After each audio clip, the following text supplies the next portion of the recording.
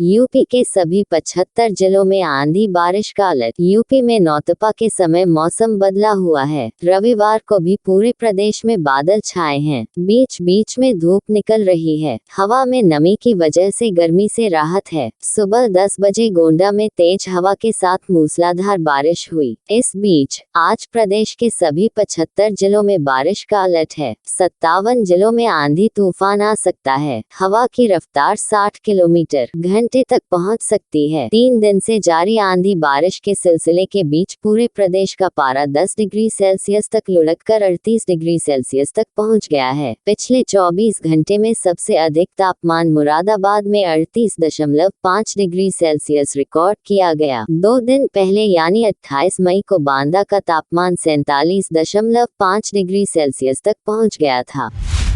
आगरा झूला हादसा, लापरवाही से हुई बच्चे की मौत। आगरा में जिप लाइन झूले से गिरकर हुई बच्चे की मौत लापरवाही का नतीजा थी। ये बात आगरा विकास प्राधिकरण अदा की जांच समिति ने अपनी रिपोर्ट में कही है। रिपोर्ट में कहा गया है कि कंपनी के कर्मचारी ने सेफ्टी किट का हुक सही तरीके से नहीं लगाया था। इससे लड़का जिप लाइन से नीचे गिर गया।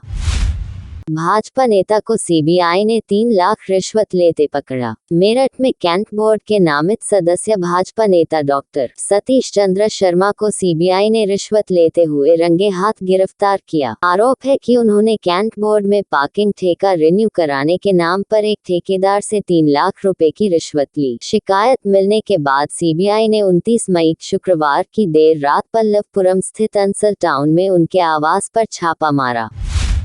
सूर्या का कातिल ढेर। गाजियाबाद में ईद उल अजहा पर युवक को चाकू से गोदकर हत्या करने का आरोपी रविवार की सुबह पुलिस मुठभेड़ में ढेर हो गया। पुलिस ने शव मेडिकल परीक्षण को भेज दिया है। डीसीपी ट्रांस हिंडन धवल जायसवाल ने बताया कि थाना खोड़ा इलाके में 28 मई को सूर्या चौहान नाम के युवक की चाकू से गोदकर हत्या कर दी गई थी। परिजनों की तहरीर के आधार पर 5 आरोपियों के खिलाफ प्राथमिकी दर्ज की गई थी। 3 आरोपियों को पुलिस ने गिरफ्तार कर जेल भेज दिया था, जबकि मुख्य हत्यारोपी वंचित था और उसकी गिरफ्तारी पर कमिश्नरेट पुलिस ने 50,000 रुपए का इनाम भी घोषित किया था। प्रदेश को 4 साल के बाद मिल सकता है स्थायी डीजीपी। प्रदेश को करीब 4 साल बाद स्थायी पुलिस महानिदेशक डीजीपी मिलने जा रहा है। संघ लोक सेवा आयोग यूपीएससी की ओर से भेजे गए पैनल पर शासन स्तर पर मंथन पूरा हो चुका है। प्रस्ताव सीएम की मंजूरी के लिए भेजा गया है। मौजूदा कार्यवाहक डीजीपी राजीव कृष्ण के नाम पर मुहर लगना तय माना जा रहा है। लखनऊ में बनी देश की पहली नौसेना शौर्य वाटिका। राजधानी को देश की पहली नौसेना शौर्य वाटिका की सौगात मिली। गोमती नगर विस्तार में 19 करोड़ की लागत से 2 एकड़ से अधिक क्षेत्र में विकसित इस वाटिका का शनिवार को रक्षा मंत्री राजनाथ सिंह और मुख्यमंत्री योगी आदित्यनाथ ने लोकार्पण किया। उन्होंने कहा कि वाटिका युवाओं को जीवन में चुनौतियों से जूझने की प्रेरणा देगी। यहाँ आने वालों को भारतीय नौसेना के बारे में जानकारी मिलेगी। हमारे सैनिक किन सम विषम परिस्थितियों में कार्य करते हैं, ये भी जानने का अवसर मिलेगा। गोरखपुर में भूमि विवाद के चलते ऑटो चालक की पीट कर हत्या। भूमि विवाद में शनिवार शाम लाठी डंडों से हुए हमले में गंभीर रूप से घायल ऑटो चालक की देर रात मेडिकल कॉलेज के नेहरू अस्पताल में इलाज के दौरान मौत हो गई। घटना के बाद सिकरीगंज के धखवा गांव में तनाव का माहौल है। परिजनों ने पट्टीदारों पर हत्या का आरोप लगाते हुए पुलिस की कार्यशैली पर भी सवाल उठाए हैं। एहतियात के तौर पर गांव में पुलिस बल तैनात है। पूछताछ के लिए 4 को हिरासत में लिया गया है। धखवा गांव निवासी 26 वर्षीय पिंटू पुत्र लल्लू गोरखपुर शहर में ऑटो चलाकर परिवार का भरण पोषण करता था। शनिवार को वह अपनी बहन रीना को दिल्ली से लेकर घर लौटा था। परिजनों के अनुसार शाम करीब 7 बजे वह किसी काम से गांव के बाहर गया था।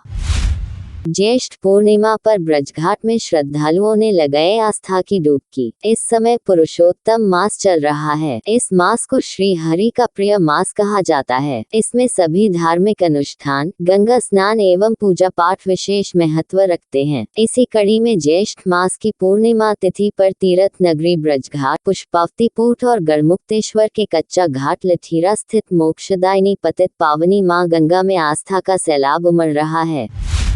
चंदौली में सपा महिला जिलाध्यक्ष पर जानलेवा हमले के बाद मंत्री हंसराज विश्वकर्मा भी अस्पताल पहुंचे। सपा महिला प्रकोष्ठ की जिलाध्यक्ष गागी पटेल पर जानलेवा हमले के बाद राजनीतिक माहौल गर्मा गया है। गागी पटेल को मेडिकल कॉलेज में भर्ती कराया गया है, जहां भाजपा जिलाध्यक्ष काशीनाथ सिंह ने उनसे मुलाकात कर उनकी तबीयत का हाल जाना। वहीं मंत्री हंसराज विश्वकर्मा ने कहा कि इस घटना की जांच होनी चाहिए और दोषियों को सजा मिलनी चाहिए। उन्होंने कहा कि इस प्रकार की घटनाएं लोकतंत्र के लिए खतरा हैं। यूपीएससी की तैयारी कर रही छात्रा से दुष्कर्म के आरोपियों ने किया सरेंडर। दिल्ली में रहकर यूपीएससी की तैयारी कर रही जौनपुर निवासी छात्रा से सुशांत गोल्फ सिटी क्षेत्र में सामूहिक दुष्कर्म करने के मुख्य आरोपित शिवम यादव और उसके साथी शनि ने शनिवार को पुलिस को चकमा देकर सीजीएम कोर्ट में सरेंडर कर दिया। दोनों आरोपितों पर पुलिस ने 25,000 रुपये का इनाम घोषित कर रखा था। दिन दहाड़े फायरिंग करने वाला हिस्ट्री शीटर पकड़ा गया। प्रयागराज के झूंसी में दिन दहाड़े बाजार में फायरिंग करने वाला हिस्ट्री शीटर मानवेंद्र उर्फ जेलर हिरासत में ले लिया गया है। झूंसी पुलिस की प्रारंभिक पूछताछ में यह बात सामने आई है कि उस पर 19 मुकदमे दर्ज हैं। फिलहाल घटना के संबंध में उससे विस्तृत पूछताछ जारी है। उसके कब्जे से वह पिस्टल भी बरामद की गई है, जिससे उसने भरे बाजार गोलियां चलाई थी। उसके अन्य साथियों की तलाश की जा रही है। शिल्पग्राम पार्किंग का बंद होने पर हुआ विरोध। ताजमहल की शिल्पग्राम पार्किंग को निर्माण कार्य के चलते अस्थायी रूप से बंद किए जाने का विरोध तेज हो गया है। रविवार को गाइड्स और गोल्फ कार्ट चालकों ने पार्किंग बंद करने के फैसले पर नाराजगी जताते हुए इसे उनके रोजगार और रोजमर्रा के कामकाज पर सीधा असर बताया। उनका कहना है कि शिल्पग्राम पार्किंग केवल वाहनों की पार्किंग का स्थान नहीं है, बल्कि यही उनके कार्यालय हैं और वे यही बैठकर पर्यटकों से संपर्क तथा अपना कार्य संचालित करते हैं।